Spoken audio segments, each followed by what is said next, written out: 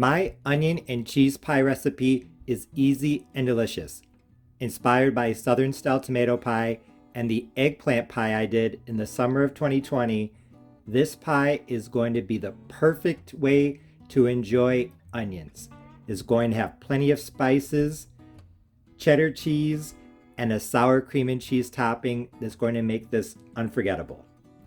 To make this onion and cheese pie, you will need one 9-inch pie crust in a pie plate. You could use store-bought, but I'm using homemade. It is currently raw, unbaked. You will need 2 pounds of sliced onions. So what I did is I took a mixture of large yellow onions, red onions, and some green onions. I got this bowl. I put in 4.5 cups of water and 2 tablespoons of salt.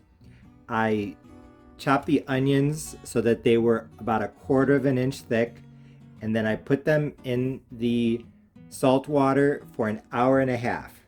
They've just been sitting in the water in the refrigerator. I did that to take away some of their bite. I would buy 2.5 pounds of onions total, because once you take off the skin and cut off the ends, you'll get about 2 pounds. Like I said, this onion pie has a lot of cheese. I'm going to use 1.5 8-ounce blocks of cheese. I am using sharp cheddar, but you can use whatever you have. I'm going to take something from the tomato pie and I'm going to make a cheese and sour cream topping. I think in the tomato pie I used mayo, but I'm going to use sour cream now.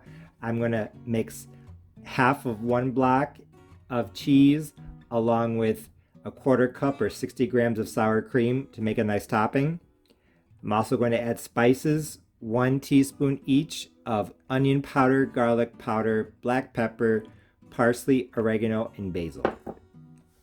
So I'm going to put this back in the refrigerator.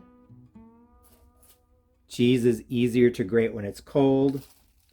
And the first step in this onion and cheese pie recipe, after soaking the onions in the cold salt water for about an hour and a half, is draining the onions. So I'm just going to take them out of the salt water and place the onions on paper towels. This is to not only obviously remove the liquid, but also some of the salt. I just finished draining the onions. You can see it took 3 plates. I also took a paper towel and patted them down on top, just like this, to help try to dry them a little bit faster. While I was doing that, I was actually preheating my oven to 350 degrees Fahrenheit because I'm going to prep the bottom crust. I don't want my bottom crust to turn out soggy, so I'm going to par bake it with some cheese. First, I'm just going to take a fork and make some pricks here and there, maybe about 8 or so. That's just to prevent air bubbles from forming. And I'm going to take half of a block, so 4 ounces, and I'm going to put it on the bottom. Then I'm going to put this currently raw pie shell into the oven at 350 for 5 to 7 minutes, and that is going to be enough time to start to bake the pie crust and to melt the cheese. By doing that, the melted cheese is going to form a barrier on the bottom, and that barrier is going to stop any liquid from the onions or the sour cream, just any of the liquid in the pie from getting to the bottom and making the bottom crust overly soggy.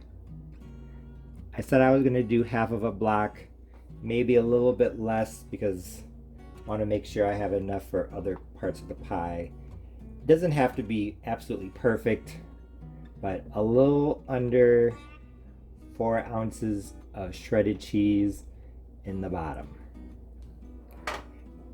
So now I'm going to put this into the oven, like I said, for 5 to 7 minutes.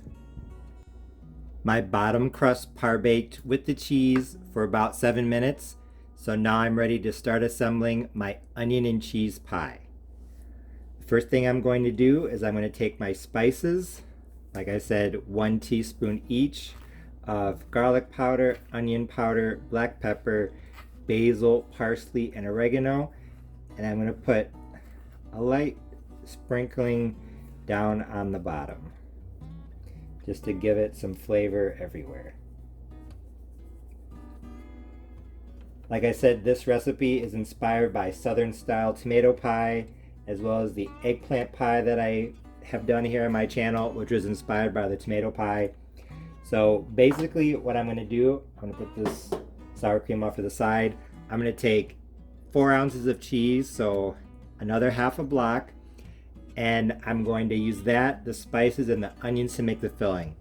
I'm going to layer in some of the onions and then sprinkle in some cheese and spices, and then just keep repeating. I have never made this before, so we are going to learn how this is going to turn out together. When I made the tomato pie and the onion pie, I started off by overlapping the eggplant slices or the tomato slices, so that's what I'm going to do here. Just like this. Now you can see why it's important to slice them thinly so that you can try to make them as intact as possible. I'm using both the green part of the green onion and the white bottom. All I did is I just cut them up and threw all parts of the green onion in with the other onions. Now I'm going to sprinkle in some spices. Nice combination of everything. I think I cover the spices pretty well. I don't know of anything else you might want to add. You could probably just use Italian seasoning if you don't feel like measuring out everything individually. But I think especially garlic and basil, those 2 spices really bring anything vegetable to life. Here I'm putting on the cheese. Let's do half of this. I think I'm going to get 2 layers of the onions. And actually I might not be able to use all of these onions here. We'll see.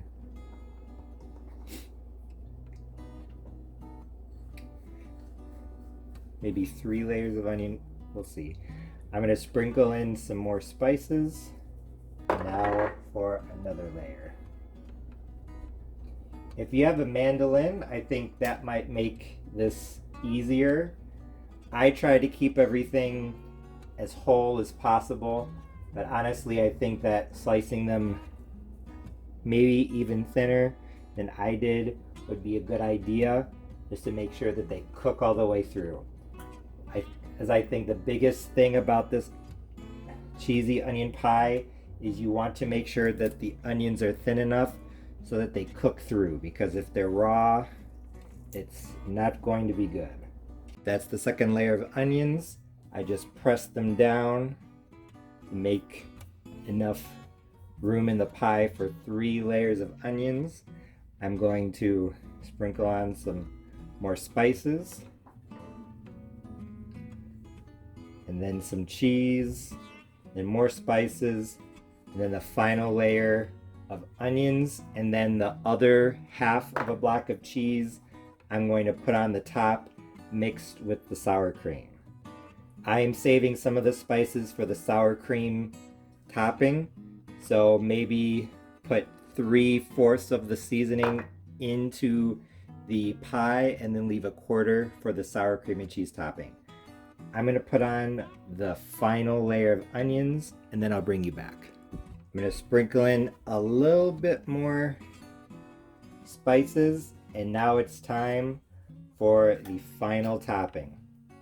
Like I said, I took another half of an 8-ounce block of sharp cheddar cheese, so 4 ounces, and I'm mixing it with 1/4 cup of sour cream, you don't have sour cream, you could use mayo. This is just to help give it a tangy top.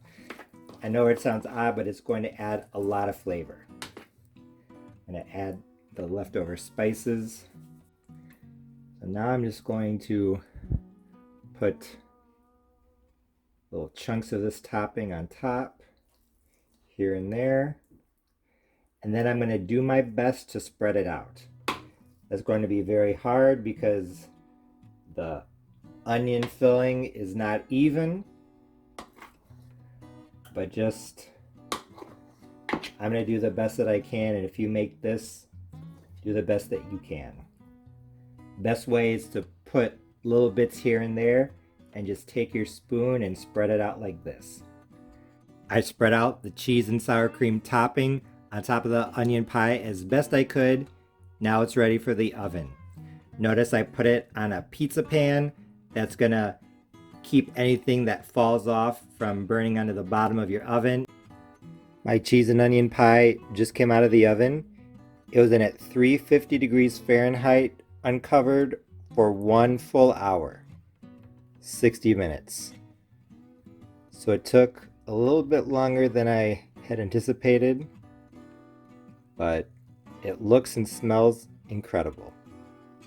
Whenever I make something that's really cheesy, like mac and cheese or pizza, I like it when the cheese on top gets nice and golden brown, so I was really happy with how this turned out. When I took the first bite, I knew that my onion and cheese pie recipe was a big success because it was absolutely delicious. Cooking onions brings out their sweetness, especially yellow and red onions, and that paired very nicely with the tanginess of the cheddar cheese and the sour cream. It had the perfect amount of spices as well, and as I said earlier in the video, I think that basil and garlic are the most important. So if you want to use Italian seasoning or just your own seasoning preferences, make sure that you add basil and garlic, because those two flavors really came through strongly in this onion pie, and I thought that they were absolutely perfect. I also really like the combination of textures. In addition to the bubbly brown cheese on top, the onions in the first layer got nice and crispy. If you look down at the top of the pie, you can see that the onions that are poking through the cheese look like that they were cooked very thoroughly. The onions deeper in the pie didn't get cooked through as much, but it was still good because I really liked how there was a combination of onions that were really mellowed out together with onions that still had a little bit of their bite.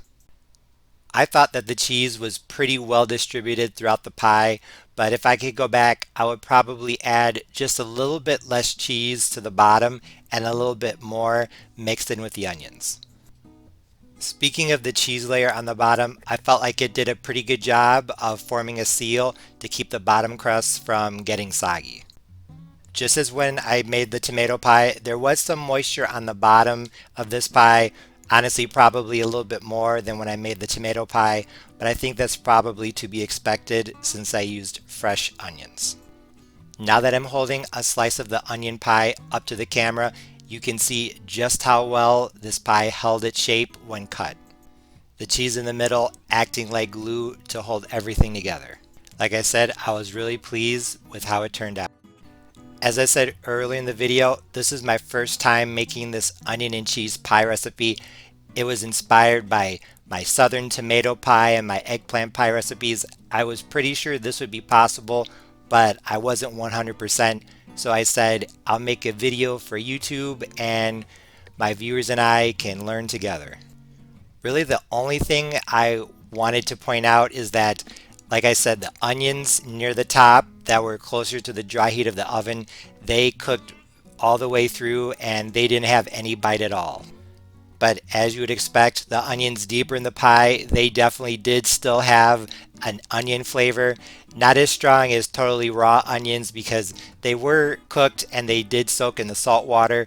But just so you know, the onions deeper in the pie, they were a little bit tougher and they had more of an onion flavor. So that's just something to be aware of.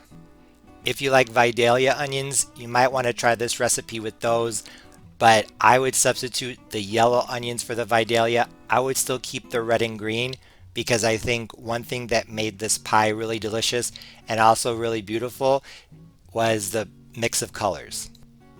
If you have a lot of fresh onions this summer or at any time and you're looking for a way to use them that's a little bit different, you're looking for a change of pace, this is definitely something you should try. It would be great as lunch or a light dinner served with a salad or a side dish for a summer barbecue or picnic like the 4th of July or something like that.